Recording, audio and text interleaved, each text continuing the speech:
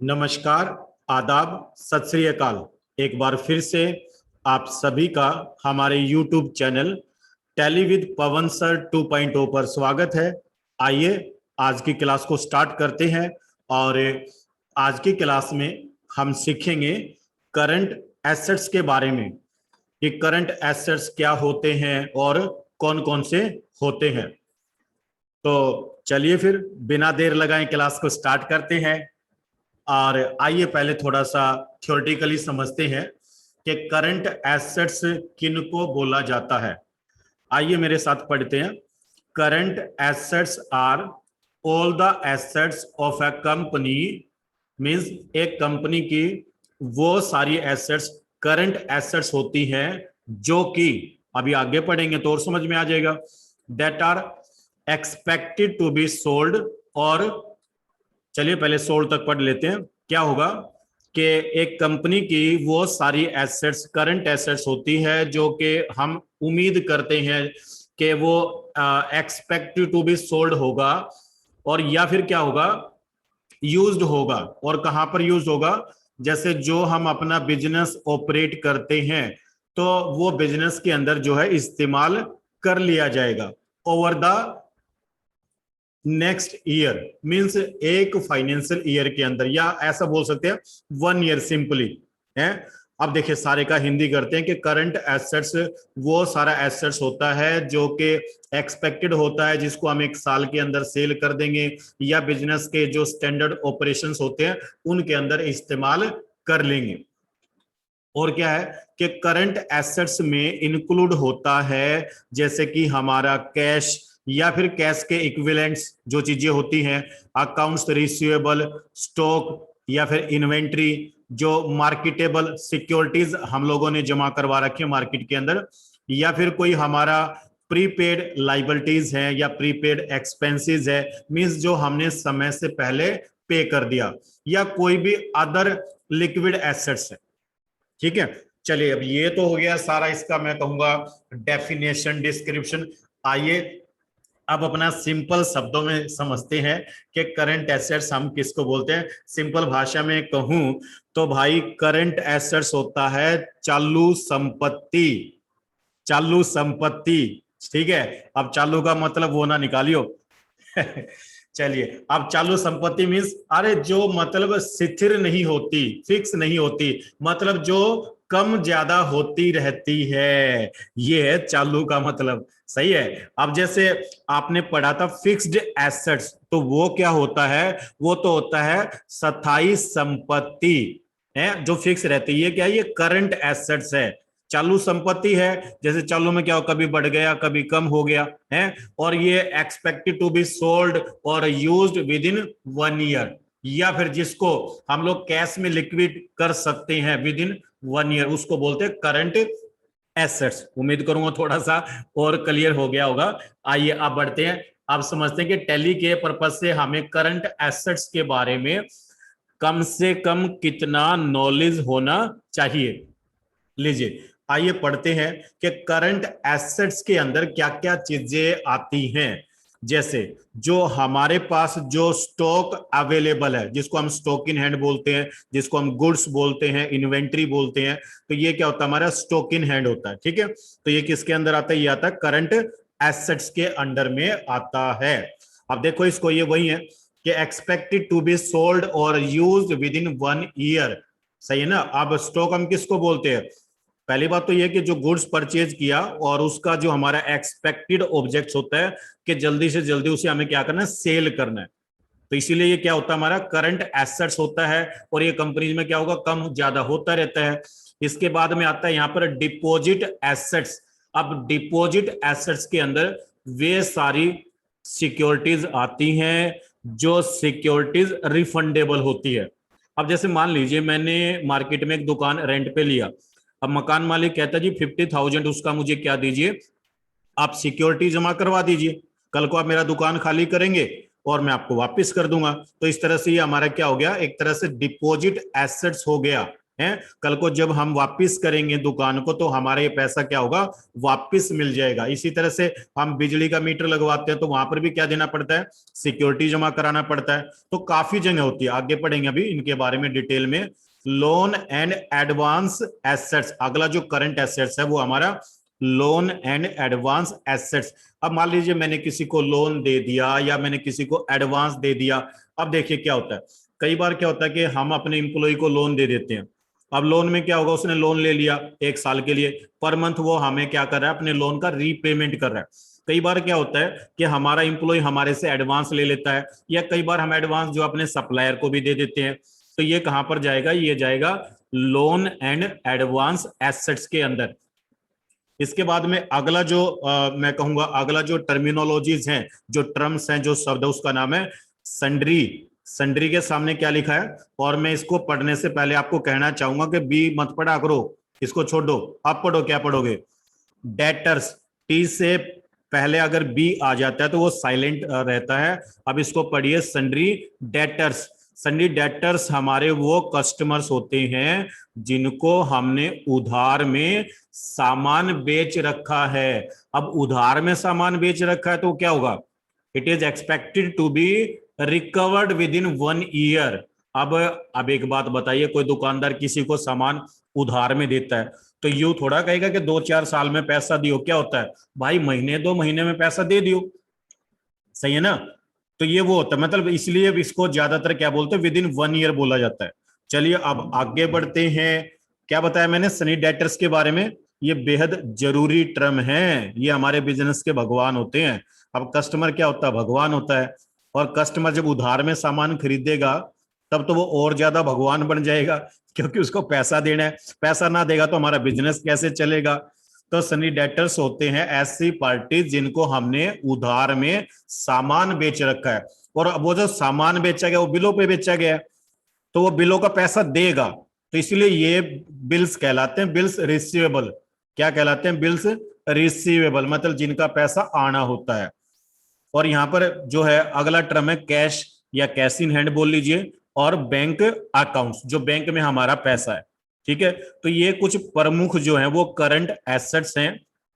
आइए अब आगे बढ़ने से पहले, इनको थोड़ा सा और डीपली सीखने से पहले मैं आपको एक बात बताना चाहूंगा कि टैली के पॉइंट ऑफ व्यू से आपको कम से कम कितना नॉलेज होना चाहिए, इसके ऊपर पहले वार्तालाप करेंगे। तो कम से कम आपको टैली के पॉइंट ऑफ व्यू से, मींस टैली को सीखने से पहले आपको यह पता होना चाहिए कि करंट एसेट्स में कौन कौन से अकाउंट्स आते हैं। बस ये बातें आपको पता होनी चाहिए। अब आप बता सकते हैं जी, करंट एसेट्स में आता है stock in hand, current assets में आता है डिपॉजिट एसेट्स, करंट एसेट्स में आता है loan and advance assets, current assets में आता है सन्ड्री डेटर्स, करंट एसेट्स में आता है cash in hand, current assets में आता है बैंक अकाउंट्स। ये सारी बातें टैली के हिसाब से सीखनी बड़ी जरूरी है। साथ के साथ आपको और क्या पता होना चाहिए, मैं फिर एक अपील करूंगा कि यदि आप अकाउंट फील्ड में नए हैं तो इन शब्दों को बार बार बोल के देखें। है, इन शब्दों के बोलने के स्वाद को अपनी जुबान पर चख लें। इनको बार बार बोलेंगे तो आपको बोलना आ जाएगा। है, इनके शब्दों के अर्थ को समझो। जब कोई शब्द आप बोलते हैं तो उसका अर्थ पहले पता होना चाहिए कि शब्द को पढ़ा कैसे जाएगा, है, इसका उच्चारण क्या रहेगा, फिर इस शब्द का अर्थ क्या होता है, ये बेहद जरूरी है। चलिए अब थोड़ा सा और डीपली समझते हैं, क्योंकि इन टर्म्स में कुछ ऐसी बातें जिनके अंदर बहुत सारी बातें छुपी होती हैं। चलिए अब बात करते हैं, एक एक टर्म्स के बारे में बात करेंगे। जैसे मान लीजिए यहां मैंने तस्वीर चेंज किया, मान लीजिए मेरा एक फैक्ट्री है। क्या है, फैक्ट्री है।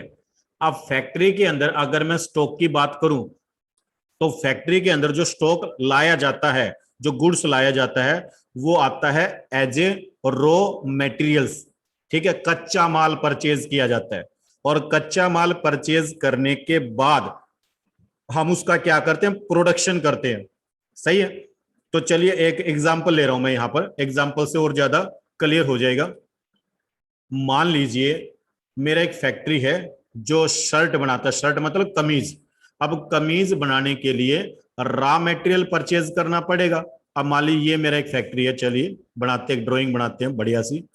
ये लीजिए, ठीक है, ये लीजिए और ये 4 बना लेते हैं, ठीक है भाई।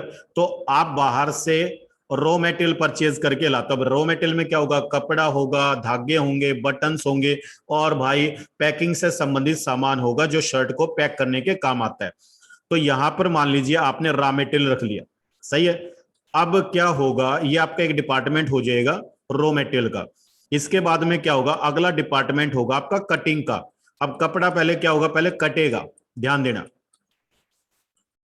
तो ये हो गया आपका कटिंग डिपार्टमेंट, ये हो गया आपका स्टिचिंग डिपार्टमेंट। अब पहले कटेगा फिर कपड़ा सिल लेगा, ध्यान से समझना है, हमेशा मैं इसी एग्जांपल से करवाता हूं। और स्टिचिंग के बाद क्या होगा, फिर उसका भाई पैकिंग होगा, सही है। और पैकिंग होने के बाद क्या होगा, it is ready to be delivered, मतलब एफजी, एफजी होता है फिनिश गुड। ये लीजिए।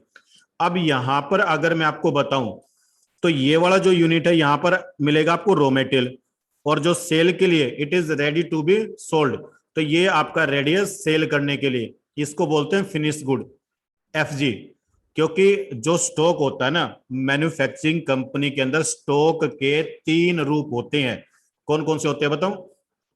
एक तो होता है भाई रॉ मटेरियल, और एक होता है वर्क इन प्रोग्रेस जिसको बोलते हैं WIP, और भाई एक होता है फिनिश्ड गुड्स।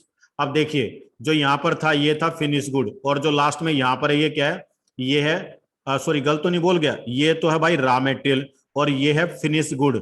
अब ये जो बीच में है कटिंग डिपार्टमेंट में है, स्टिचिंग डिपार्टमेंट में है, पैकिंग डिपार्टमेंट्स के अंदर है। तो जब हम लोग 31 मार्च को कैलकुलेशन करेंगे स्टॉक का, ध्यान देना, 31 मार्च को जब स्टॉक का कैलकुलेशन करेंगे तो रॉ मटेरियल अलग होगा, फिनिश गुड अलग होगा, और ये सारा कहलाएगा वर्क इन प्रोग्रेस, शॉर्ट में बोलेंगे WIP। तो पहले ये बताओ कि स्टॉक से संबंधित ये जो 3 टर्म होती हैं, एक होता है रॉ मटेरियल्स मतलब कच्चा माल, एक होता है वर्क इन प्रोग्रेस मींस जो ना कच्चा ना पक्का भी वो तैयार हो रहा है, और एक वो है जो सेल्स के लिए रेडी हो गया है, तो उसको क्या बोलेंगे, उसको बोलेंगे भाई फिनिश्ड गुड्स। तो इसीलिए जो कंपनियां मैन्युफैक्चरिंग करती है तो वहां पर जो स्टॉक का मतलब जो इन्वेंट्री का जो काम होता है वो बहुत ज्यादा होता है कंपेयर देन, अगर मान लो मेरा फैक्ट्री नहीं है, मेरा एक ट्रेडिंग का दुकान है। अब ट्रेडिंग में तो क्या होगा भाई कि आप इसी सामान को खरीदोगे और इसी सामान को बेचोगे। अब देखो यहां पर इन्वेंट्री मैनेजमेंट कितना आसान हो जाएगा, क्योंकि आपने उसी सामान को खरीदा उसी को बेचा, कोई दिक्कत समस्या है ही नहीं। तो जिन बच्चों को आगे जाकर के कंपनियों में काम करना है उनको मैं सुझाव देना चाहूंगा कि जितना मेहनत आप अकाउंटिंग पे करते हैं इतना ही बराबर में आपको इन्वेंट्री मैनेजमेंट पर काम करना पड़ेगा, क्योंकि बड़ी बड़ी कंपनियों के अंदर इन्वेंट्री मैनेजमेंट एक समस्या होती है। अकाउंट्स लिखने वाले तो दुनिया मिल जाएगी, लेकिन प्रॉपर इन्वेंट्री मैनेजमेंट करने वाले बंदे कम मिलेंगे। तो यहां पर मैं आपको एक हिंट देना चाहूंगा भाई, अगर आप हमारे चैनल पर बने रहे ना 2.0 के ऊपर, तो आप निश्चिंत रहें, आपको इन्वेंट्री मैनेजमेंट में भी एक्सपर्ट बना देंगे। चलिए अब आगे बढ़ते हैं और आगे की पढ़ाई शुरू करते हैं। ये लीजिए, ये सारा मैं इरेज कर देता हूं। ये लीजिए, अब ये 3 टर्म आपको क्लियर है। अब समझिए क्या होता है कि जैसे मैंने कहा कि 31 मार्च को जब हम क्लोज की कैलकुलेशन क्लोजिंग स्टॉक की सॉरी स्टॉक की कैलकुलेशन करते हैं, तो 31 मार्च को तो वो कहलाता है क्लोजिंग स्टॉक, सही है। और 1 अप्रैल को वो क्या कहलाता है, ओपनिंग स्टॉक। ये इसको बड़ा सिंपल कर लो, आज इवनिंग में, आज रात्रि में जो मेरे पास स्टॉक है आज नाइट का, तो वो क्लोजिंग स्टॉक होगा, और कल सुबह का वो क्या बन जाएगा, ओपनिंग स्टॉक बन जाएगा। तो ज्यादातर कंपनीज में क्या होता है कि स्टॉक का हिसाब किताब 31 मार्च को किया जाता, लगाया जाता है कितने रुपए का हमारे पास स्टॉक रखा हुआ है, कितने रुपए का हमारे पास गुड्स रखा हुआ है। तो 31 मार्च के तो वो कहलाते हैं क्लोजिंग स्टॉक, और 1 अप्रैल के बन जाते हैं ओपनिंग स्टॉक। तो स्टॉक से संबंधित ये 2 टर्म भी जरूरी होती है कि ओपनिंग स्टॉक क्या होता है और क्लोजिंग स्टॉक क्या होता है। अगर सिंपल कहूं तो सुबह मॉर्निंग का जो स्टॉक हमारे पास अवेलेबल है वो कहलाएगा ओपनिंग स्टॉक, और इवनिंग में जब दुकान को बढ़ाते हैं तो तब वो क्या बन जाता है, तब वो बन जाता है क्लोजिंग स्टॉक। Got it. और इसी को हम क्या बोलते हैं, इसी को बोलते हैं भाई इन्वेंट्री, इसी को बोलते हैं गुड्स, मतलब सामान। अब देखिए स्टॉक से संबंधित कितनी सारी टर्म्स आ गई हैं। तो यहां पर क्योंकि हम लोग बेसिक टर्म ऑफ अकाउंटिंग सीख रहे हैं, मींस हम ये सीख रहे हैं कि जब हम अकाउंट्स लिखेंगे तो वहां पर क्या क्या शब्दावली यूज की जाती है, तो उन शब्दों का आपको प्रॉपर उच्चारण करना, उनका अर्थ कब कहां पर किस तरह से यूज करना है, ये सारी बातें आपको पता होनी चाहिए। हाँ, यहां पर एक बात और कहना चाहूंगा कि जैसे कई बार आप मेरे मुंह से ना एक शब्द सुनेंगे कि भाई जो कंपनियां होती है ना वो मुख्य तौर पे तीन तरह की होती है। एक होती है मैन्युफैक्चरिंग कंपनी। अब मैन्युफैक्चरिंग कंपनी का मैंने आपको बता दिया भाई, ये सिस्टम होता है स्टॉक का। एक होती है ट्रेडिंग कंपनी, मीन्स वो उसी गुड्स को मतलब फिनिश गुड को परचेज करेगी, फिनिश गुड को आगे सेल करेगी। और तीसरी तरह की कंपनियां होती हैं भाई सर्विसेज सेक्टर की। तो जो सर्विसेज सेक्टर्स होते हैं उनके यहाँ पर कोई स्टॉक की जरूरत ही नहीं होती। ये लो एक नई बात बता दी मैंने आपको, क्योंकि सर्विसेज सेक्टर में जो कंपनियां काम करती हैं वो गुड्स में डील ना करके वो सर्विसेज में डील करते हैं, मींस सेवाओं में डील करती है। अब जैसे हम अब हमारा लगा लो यूनिक कंप्यूटर सेंटर है, तो हम लोग कोई गुड्स थोड़ा ही सेल करते हैं, हम लोग तो क्या करते हैं बच्चों को ट्रेनिंग प्रोवाइड करते हैं। तो हमारे यहाँ पर कोई भी स्टॉक नहीं होता। अब जितना भी सामान आप यूनिक कंप्यूटर सेंटर या किसी भी इंस्टीट्यूट के अंदर देखते हो वो सब उसको यूज करने के लिए वहां पर रखा गया, ना कि फॉर सेल पर्पज। कुछ भी सामान वहां पर सेल पर्पज के लिए नहीं होता, तो इसलिए हम लोग इन्वेंट्री मैनेज नहीं करते। चलिए और आगे बढ़ते हैं, और कुछ जरूरी टर्म्स आने वाली है। चलिए डिपॉजिट एसेट्स, डिपॉजिट एसेट्स के अंदर हम वो सिक्योरिटी शो करते हैं जो सिक्योरिटी रिफंडेबल होती है, मतलब जो वापस आती है। रिफंडेबल मतलब जो वापस आती है। जैसे हमने बात की कि मैंने कोई ऑफिस रेंट पर लिया, उसका सिक्योरिटी जमा करवाया। इसके अलावा जैसे मान लीजिए कई बार कंस्ट्रक्शन कंपनी में होता है, क्या होता है कि कहीं पर कोई काम चल रहा है तो वहां पर अगली कंपनी का बहुत सारा सामान है, टूल है मशीनरी है, तो वो किसी अगली दूसरी कंपनी को काम दे देती है कंस्ट्रक्शन कंपनियां कॉन्ट्रैक्ट बेसिस पे। तो अब वो उसकी मशीनरी यूज करेगा, इक्विपमेंट यूज करेगा, तो वो लोग क्या करते हैं बदले में सिक्योरिटी ले लेते हैं। सही है। इसी तरह से आपने कई बार सुना होगा कि कहीं पर कोई बोली लगती है तो बोली लगती है, तो बोली लगने से पहले क्या होता है कि पहले रिफंडेबल सिक्योरिटी जमा करवा लेते हैं, तभी वो उसमें पार्टिसिपेट कर पाते हैं, अदरवाइज वो उसके अंदर पार्टिसिपेट तक भी नहीं कर पाते। ओके, तो इस तरह से आप सिंपल शब्दों में समझो, आपने कहीं पर कोई पैसा दिया, सही है, अब वो पैसा किस लिए है, बोले जी ये सिक्योरिटी जमा करवा ली, अगर आपका ये काम बन गया तो ठीक है ना, तो वापिस कर देंगे। सही है। वो क्या करेंगे जी, ठीक है जी, 3 महीने बाद, 6 महीने बाद, साल भर बाद आपका ये पैसा क्या कर देंगे, वापिस कर देंगे। मुख्य पहचान होती है डिपॉजिट एसेट्स की, कि इसमें जो पैसा डिपॉजिट होता है वो वापिस आएगा। चलिए अब आगे बढ़ते हैं और समझते हैं कि लोन एंड एडवांस एसेट्स में हम क्या क्या चीजें शो कर सकते हैं। इसके अंदर देखिए जो हमारे स्टाफ मेंबर्स है, अगर हमने उनको लोन दे रखा है या किसी अदर को दे रखा है, हमने क्या कई बार हम अपने सप्लायर्स को, अपने स्टाफ मेंबर्स को एडवांस दे देते हैं, या किसी भी रीजन से आपने किसी को भी एडवांस दिया हो या लोन दिया हो, तो वो आपका किसके अंदर आएगा, वो आपका आएगा लोन एंड एडवांस एसेट्स के अंदर आएगा। Got it. कई बार सप्लायर भी तो एडवांस मांग लेते हैं ना भाई, तो उनका क्या होगा, वो भी हमारी क्या करंट एसेट्स है, और करंट एसेट्स में उसको कहां रखेंगे, लोन एंड एडवांस एसेट्स के अंदर रखेंगे। एक एक शब्द को समझना है ताकि आपको पता रहे, ये सारे शब्द टैली में बड़े काम आएंगे। सन्ड्री डेटर्स क्या पढ़ेंगे, इसको सन्ड्री डेटर्स पढ़ेंगे। सन्ड्री डेटर्स हमारे वो कस्टमर होते हैं जिनको हमने उधार में क्रेडिट पे सामान बेच रखा है और उनसे हमें पैसा लेना होता है, मींस ये हमारे देनदार होते हैं और हम इनके क्या होते हैं, लेनदार होते हैं। और यही हमारे बिजनेस के भगवान होते हैं। ध्यान देना, फिर वही बोलूंगा कि कस्टमर क्या होता है, भगवान होता है। तो सन्नी डेटर्स के अंदर एक तो सन्नी डेटर, या इनको हम क्या बोलते हैं, इनको हम लोग बिल्स रिसीवेबल भी बोलते हैं, क्योंकि इनको हमने उधार में बिल बेच रखे, बिल मतलब सामान या सर्विस, तो उन बिलों के अगेंस्ट हमें पैसा मिलेगा। अब जिनके अगेंस्ट पैसा मिलेगा वो क्या होते हैं, वो होते हैं भाई रिसीवेबल्स। याद रहेगा, बिल्स रिसीवेबल भी यहीं पर आते हैं। अब इसके बाद में आता है यहाँ पर कैश, जो हमारा लिक्विड कैश होता है जिसको हम लोग और रोकड़ बोलते हैं, जो फर्म का कैश होता है। सही है, तो कैश या कैश इन हैंड इसको बोल लीजिए। और इसके साथ साथ यहाँ पर आता है बैंक अकाउंट्स। आप ध्यान दीजिए, मैं आज आपको करंट एसेट्स पढ़ा रहा हूं, है करंट एसेट्स। करंट एसेट्स का जो बैंक होता है ना, वो डेबिट बैंक अकाउंट होता है।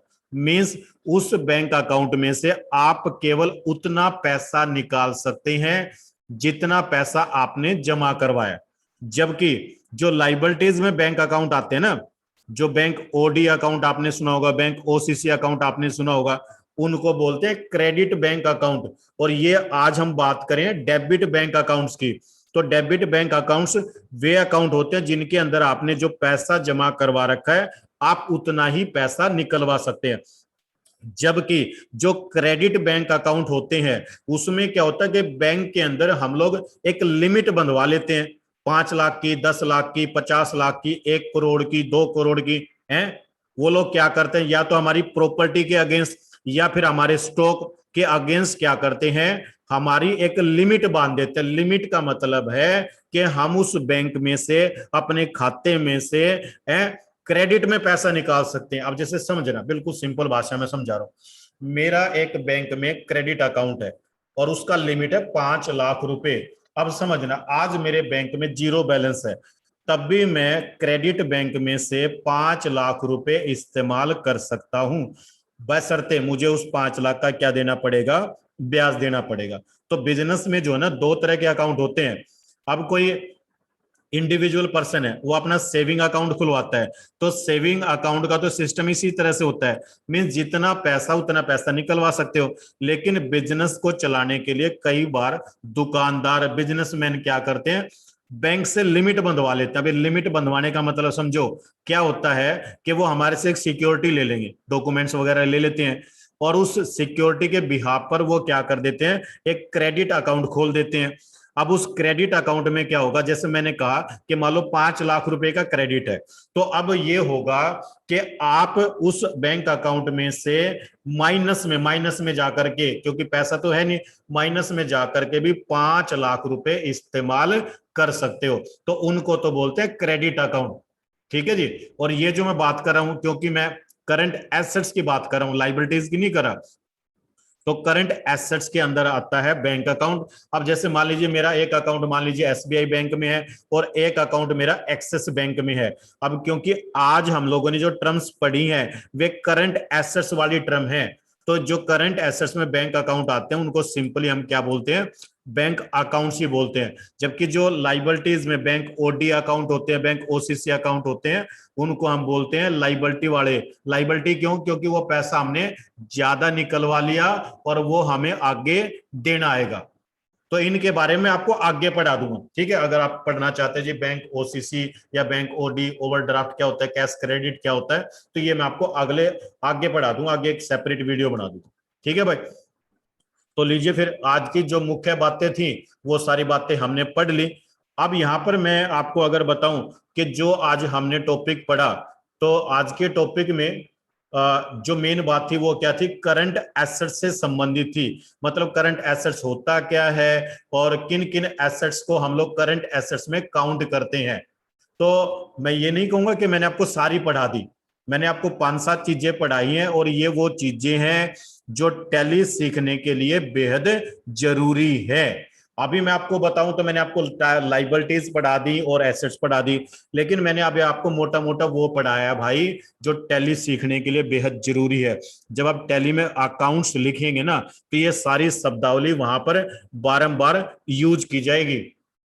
तो अब मैं आपसे क्या चाहूंगा कि अब आप एक बार एक स्टेटमेंट खुद तैयार करें। जैसे मान लो ये आपका पेज है, ठीक है, इस पेज पे कैसे तैयार करें, एक तरफ तो जो मैंने आपको लाइबिलिटीज पढ़ाई थी वो सारी लिख दीजिए, कैपिटल अकाउंट है, loans liability, secured loan, unsecured loan, current liabilities. उसके बाद में मैंने आपको क्या पढ़ाया था, करंट लाइबिलिटीज में sundry creditors, duties and taxes हैं, और सन्ड्री क्रेडिटर्स के साथ साथ आप वहां पर बिल्स पेबल भी लिख सकते हैं, क्योंकि जो सन्ड्री क्रेडिटर्स होते हैं उन्हीं के बिल्स पेबल होते हैं। सही है भाई, ड्यूटीज एंड टैक्सेज। और उसके बाद में हमने क्या लिखा था, एक्सपेंसेस पेबल या फिर आउटस्टैंडिंग एक्सपेंसेस। अब ये जो आज मैंने आपको पढ़ाया, ये क्लास नंबर 17 या क्लास नंबर 16 के अंदर, ये सारी हमारी एसेट्स। तो एक उसी कागज पे राइट साइड में आप क्या लिखेंगे, एसेट्स लिखेंगे। और एसेट्स में सबसे पहले आप क्या लिखेंगे, फिक्स्ड एसेट्स लिखेंगे। ठीक है भाई, फिक्स्ड एसेट्स के बाद में यहां पर एक वर्ड आएगा इन्वेस्टमेंट, जो मैंने आपको नहीं पढ़ा है। लाइए अब पढ़ा देता हूं, हल्का सा पढ़ा देता हूं, ठीक है, मोटा मोटा, क्योंकि इन्वेस्टमेंट के बाद ही हम लोग लिखते हैं करंट एसेट्स। सही है भाई। तो ये लीजिए, एक नया टर्मिनोलॉजी आ गया जो हम छोड़ रहे थे, इन्वेस्टमेंट। और इन्वेस्टमेंट के बाद क्या लिखेंगे हम लोग, करंट एसेट्स लिखेंगे। और करंट एसेट्स को हेडिंग, ऐसे हेडिंग बना करके, और जितनी भी बातें आपने पढ़ी वो सारी आप यहां पर लिख देंगे। और इसको लिखने के बाद ये मेरा व्हाट्सएप नंबर है, एक बार मेरे को भेजो, ताकि मुझे यकीन हो कि हमारे वीडियोस देख देख करके कौन कौन पढ़ाई कर रहा है। फिर मैं आपका नंबर सेव कर लूंगा अपने पास में। जब आप भेजे ना इसको, तो साथ में अपना नाम और सिटी का नाम भी भेज दो, ताकि मैं, आप लोग जो काम करेंगे तो मैं चेक कर पाऊं कि कितना आपका सही काम हो रहा है। क्योंकि अब आप टेस्ट देने के लिए रेडी हो हैं। अब आपके मैं आगे ना टेस्ट लूंगा इसी सीरीज के अंदर। तो चलिए बस एक बार इन्वेस्टमेंट टर्म को क्लियर कर देता हूं कि इन्वेस्टमेंट क्या होता है। देखिए, इन्वेस्ट करना मतलब निवेश करना, कहीं पर पैसा लगाना, जमा करवाना, और वो पैसा फिर हमें क्या होगा, बढ़ के मिलेगा। अब देखो, इसका सबसे बड़े एग्जांपल बताता हूं। आपने एक बैंक के अंदर एफडी जमा करवाई। एफडी क्या होती है भाई, फिक्स डिपॉजिट होती है, पता है ना आपको। अब बैंक क्या करेगा, बैंक कहेगा भैया 8% के हिसाब से, 9% सालाने के हिसाब से मैं आपको ब्याज दूंगा। अब इसको समझो क्या हो, अगर मान लो 9% मैंने बोला, तो 1 लाख रुपए की मान लो मैंने एफडी कराई, तो 1 लाख का 9% हो गया 9,000 रुपए। तो 1 साल के बाद बैंक क्या करेगा, 1 लाख प्लस में 9,000, मतलब 1,09,000 रुपए हमें वापिस करेगा। इसीलिए ये क्या कहलाता है, इन्वेस्टमेंट कहलाता है। अब कहीं पर मान लो आपने किसी कंपनी की कोई पॉलिसी परचेज कर ली, बॉन्ड परचेज कर लिए हैं, तो वो सारा क्या है कि वो उसके अंदर हमने अपना पैसा लगाया है, इन्वेस्ट किया है, और वो पैसा कल को हमें क्या होगा, बढ़ के मिलेगा। सही है। तो कहीं पर आपने कोई पैसा जमा करवाया कोई, तो वो सारा क्या कहलाएगा, इन्वेस्टमेंट कहलाएगा। और इसका सबसे बढ़िया एग्जांपल है फिक्स्ड डिपॉजिट। चलिए, अब मैं उम्मीद करूंगा कि हमने ओवरऑल सारी बातें पढ़ ली हैं। और ये सारी बातें पढ़ने के बाद आपको क्या करना है, आपको एक डायाग्राम तैयार करना है। क्या करना है, एक डायाग्राम तैयार करना है इसका, कि भाई ये लाइबिलिटीज होती हैं और ये एसेट्स होती हैं। अगर आप ये डायाग्राम तैयार कर देते हैं, तो फिर मैं कहूंगा मैं निश्चित हो गया। क्योंकि अब आगे जब मैं आपका टेस्ट लूंगा, तो टेस्ट लेने का मजा उसी बच्चे का है जिसने प्रॉपर डायाग्राम तैयार कर रखा है। तो अगर आप कहते हो कि सर आप डायग्राम कर दो, तो लो भाई, मेरी तो 2 मिनट लगेगी, 2 ना तो 5 लग जाएगी। कि मैं आपसे क्या चाहता हूं, क्योंकि मैं आपको बिल्कुल उस प्रकार से पढ़ा हूं जैसे मैं इंस्टीट्यूट के अंदर पढ़ाता हूं। ये लो जी, लाइब्रेरीज। सही है भाई। तो मैं क्या चाहता हूं आप लोगों से, मैं बता देता हूं कि इस तरह का आप एक डायग्राम तैयार करके दे। मैंने आपको पढ़ाया लाइबिलिटीज में सबसे पहले कैपिटल अकाउंट, फिर मैंने आपको क्या पढ़ाया था, लोन्स लाइबिलिटी। ठीक है भाई। और लोन्स लाइबिलिटी मैंने आपको पढ़ाई थी 2 प्रकार के, एक सिक्योर्ड लोन और एक अनसिक्योर्ड लोन। सही है। और अगर आप वो बैंक, क्रेडिट बैंक अकाउंट पढ़ना चाहते हैं ना, वो यहीं पर आते हैं लोन्स लाइबिलिटी के अंदर। यहाँ पर आएंगे बैंक ओडी अकाउंट या बैंक ओसीसी अकाउंट। आगे पढ़ा दूंगा भाई, धीरे धीरे पढ़ाऊंगा, ठीक है। करंट लाइबिलिटीज, और करंट लाइबिलिटीज में क्या क्या पढ़ा था आपने, बताओ चलो। सन्ड्री क्रेडिटर्स आपने पढ़ा था। सन्ड्री क्रेडिटर्स के साथ में बिल्स पेबल लिख सकते हो। ड्यूटीज एंड टैक्सेस, जो गवर्नमेंट को आपने टैक्स पे करने हैं। और क्या क्या पढ़ा था भाई यहाँ पे, एक आपने आउटस्टैंडिंग एक्सपेंसेस पढ़ा था, याद है। तो ये आपको एज इट इज याद होना चाहिए। आउटस्टैंडिंग एक्सपेंसेस को मैं क्या बोलता हूँ, एक्सपेंसेस पेबल बोलता हूँ।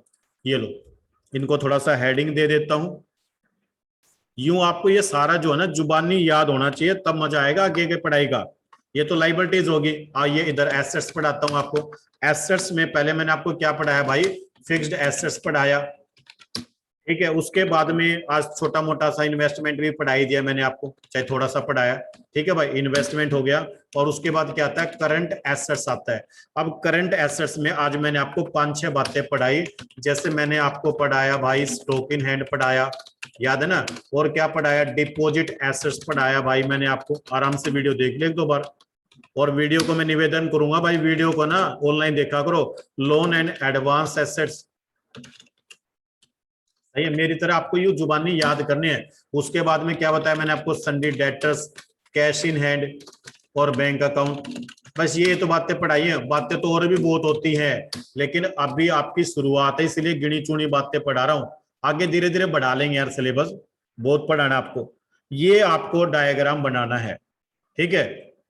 जब इतना आपको आ जाएगा ना, तो अब जो मैं अगले वीडियो में आपसे मिलूंगा तो मैं सीधा आपका टेस्ट लूंगा भाई, और वो टेस्ट वो बच्चा दे सकता है जिसको ये डायग्राम याद हो चुका है, समझ में आ चुका है। देखिए क्या याद करना भाई, इनको पढ़ना कैसे है, इनका उच्चारण क्या होगा, इनका अर्थ क्या होगा है, और कौन सी तो भाई करंट एसेट्स हैं, कौन सी करंट लाइबिलिटीज है, कौन सी लोन्स लाइबिलिटी है। अब फिक्स एसेट्स में car, computer, furniture, machinery, building, land, पता नहीं कितनी चीजें आपको बताई थी, मोबाइल फोन, एसी, कूलर, सब कुछ इसके अंदर आता है। सही है, तो ये चीजें आपको जुबानी याद कर लेनी है। जब आपको ये जुबानी याद हो जाएगी तब अगला वीडियो डालूंगा। आप बता दो कब तक याद करोगे, मैं तो रेडी हूं अगले वीडियो के लिए, तुम बताओ। अब मैंने 2 दिन वीडियो ना डाली, मेरे पास भाई व्हाट्सएप पे लाइन लग गई, सर दो इतने दिन हो गए वीडियो ना आया 2.0 पे। ले भाई अब डाल दिया 2.0 पे वीडियो। अब मैं अंत में आपसे ना निवेदन करूंगा कि भाई यदि आप में से कोई ऐसा मेरा मित्र बंधु है जिसने अभी तक हमारे चैनल को सब्सक्राइब नहीं किया है, तो ये लीजिए यूट्यूब पे जाओ, सर्च करो 2.0 लिख के, टेली विद पवन सर 2.0। एक तो ये वाला चैनल और एक हमारा पुराना channel Tally with Pawan sir, तो दोनों चैनल्स को सब्सक्राइब कर लो, ठीक है भाई। और जैसे सब्सक्राइब करो तो साथ के साथ बेल आइकन पर क्लिक कर दो, और जैसे बेल आइकन पर क्लिक करोगे तो जैसे ही हमारे द्वारा कोई भी नया वीडियो अपलोड किया जाएगा उसका नोटिफिकेशन आप तक पहुंच जाएगा। ये रहा सब्सक्राइब बटन। और आज इंतजार करूंगा, देखूंगा कि इस वीडियो को देख करके कितने बच्चे आज इस डायग्राम को मेरे साथ शेयर करेंगे। मैंने आपको अपना व्हाट्सएप नंबर बता दिया भाई, ये मेरा व्हाट्सएप नंबर है, इस पे सारे आ जाओ, और देखता हूं कितनी मेहनत करोगे।